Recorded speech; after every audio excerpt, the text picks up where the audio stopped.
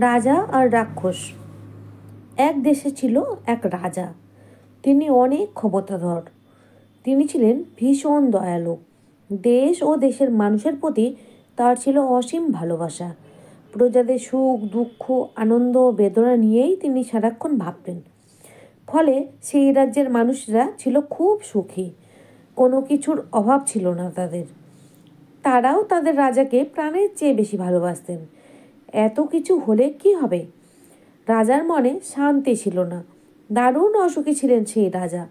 কারণ তার একমাত্র সন্তান রাজ্যের রাজকন্যা খুব অসুস্থ।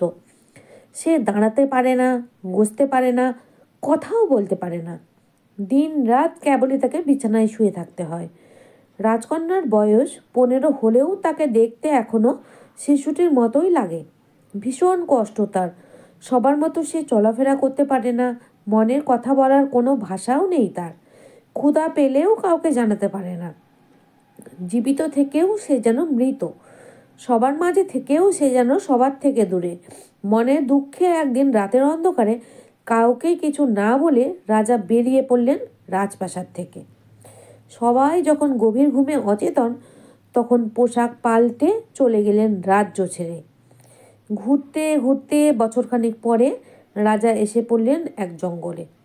সে কি ভয়ঙ্কর জঙ্গল! বাঘ ভালুক আর নানা বিষাক্ত সাপে পরিপূর্ণ সেই জঙ্গল। এদিকে রাজার ভীষণ ক্ষুধা পেয়ে গেল। খাদ্যের সন্ধানে রাজা ঘুরে বেড়াতে থাকেন এদিকে সেদিকে। কিন্তু বনের ভিতরে এত গাছ, কোনো গাছে কোনো ফল নেই। অনাহারে তৃষ্ণায় রাজার প্রাণ যায় যায়। শেষে ক্লান্ত হয়ে এক গাছের নিচে বসে পড়লেন রাজা। ঠিক সেই সময় গাছের পাশ দিয়ে কলসি কাঁখে যাচ্ছিল একটি ছোট্ট মেয়ে। কি সুন্দর মিষ্টি দেখতে! ছোট্ট ফুটফুটে গোলাকার মুখে দুটো বড় বড় চোখ, আর সেই চোখে যেন রাজ্যের কৌতূহল। রাজা তো ভীষণ অবাক। কি আজব ব্যাপার! এই ভয়ঙ্কর জঙ্গলে এত সুন্দর ছোট্ট মেয়ে এলো কোথা থেকে? রাজা মেয়েটিকে ডাকলেন। মানুষের কণ্ঠ শুনে মেয়েটি তো প্রথমে অবাক, পরে রাজাকে দেখতে পেয়ে এগিয়ে গেল। মেয়েটি এগিয়ে যেতেই রাজা বললেন, মা, দারুণ তৃষ্ণা পেয়েছে, একটু জল খাওয়াবে? মেয়েটি জল দিতেই রাজা যেন প্রাণে বাঁচলেন। তারপর বললেন, কে তুমি মা? এই ভয়ঙ্কর জঙ্গলে একা একা কি করছো? এখানে এলেই বা কোথা থেকে? মেয়েটি জানালো, এই জঙ্গলের মধ্যে একটি ছোট্ট কুটিরে মেয়েটি তার মায়ের সঙ্গে থাকে। বাবা মারা গিয়েছেন জন্মের আগেই। আগে মা আর মেয়ে দুজনে জঙ্গল থেকে ফুল তুলে মালা গেঁথে বিক্রি করত। মা অসুস্থ বলে এখন তাকে একা একাই সব কাজ করতে হয়। সারাদিন ফুল বিক্রি করে পানি নিয়ে বাড়ি ফিরছিল মেয়েটি। আর তখনই রাজার সঙ্গে দেখা। মেয়েটি রাজাকে বলল, চলুন আমাদের বাড়িতে, আমার মা আপনাকে দেখে খুব খুশি হবেন। মেয়েটির কথায় রাজা যেন কেমন যেন অভিভূত হয়ে গেলেন। মেয়েটির সঙ্গে তাদের বাড়িতে গিয়ে দেখেন একটি জীর্ণ পর্ণকুটির। ভেতরে একটা পাটি বিছিয়ে শুয়ে আছে এক অসুস্থ নারী। মেয়েটি মায়ের সঙ্গে রাজার পরিচয় করিয়ে দিল।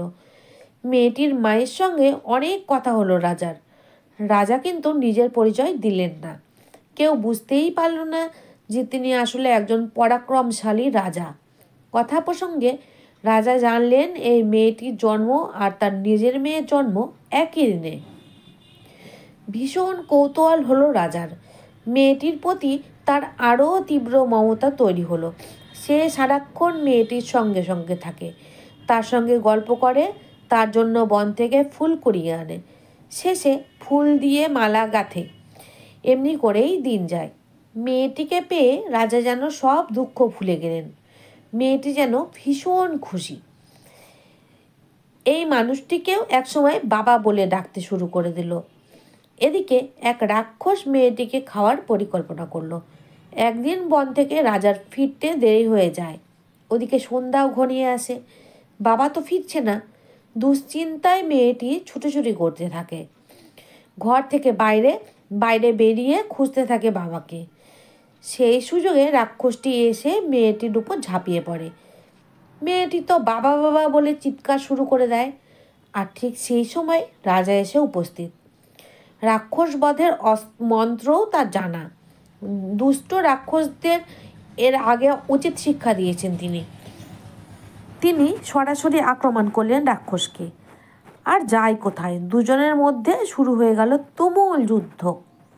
শেষ পর্যন্ত মন্ত্রের জোরে জয় হলো রাজারই। রাজা যখন রাক্ষসকে প্রাণে বধ করতে গেলেন, তখন রাক্ষস কেঁদে কেটে কাকুতি মিনতি করে বলল, হে পরাক্রমশালী বিক্রমপুরের রাজাধিরাজ, দয়া করে আমাকে প্রাণে বধ করবেন না, তার চেয়ে বরং আমাকে আজীবন দাস বানিয়ে রাখুন। বিনিময়ে আমি আপনাকে এমন এক সত্য বলবো যার কারণেই আপনার এত কষ্ট। কি সত্য? রাজকন্যার অসুখের পেছনে কোনো সত্য আছে নাকি? রাজার বেশ কৌতূহল হলো। তিনি রাক্ষসের প্রস্তাবে রাজি হলেন।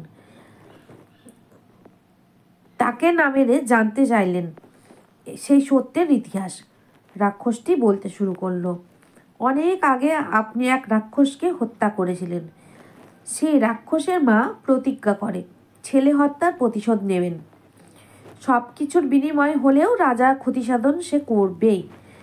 আর সেজন্যই রাজার স্ত্রী যখন সন্তান সম্ভবা, তখন সে জাদু বলে রানীর গর্ভ থেকে রাজকন্যাকে সরিয়ে এই কুটিরের রানীর গর্ভে স্থাপন করেন। রাজকন্যার জন্ম হয় এই কুটিরে। এই মেয়েটি আসলে রাজার মেয়ে, বিক্রমপুরের রাজকন্যা। ওদিকে রাজার ঘরে জন্ম নেয়া অসুস্থ শিশুটি আসলে রাজকন্যার অর্ধাংশ। ওদের দুজনকে যদি কোনো পূর্ণিমা রাতে এক বিছানায় শোয়ানো যায়, তবে তারা দুয়ে মিলে সম্পূর্ণ মানুষে পরিণত হবে। রাক্ষসের কথা শুনে রাজা মেয়েটিকে বুকে জড়িয়ে নিলেন। মেয়েটিও তার মাকে গিয়ে ফিরে এলো রাজপ্রাসাদে। বহুদিন পর রাজাকে পেয়ে প্রজারাও ভীষণ খুশি।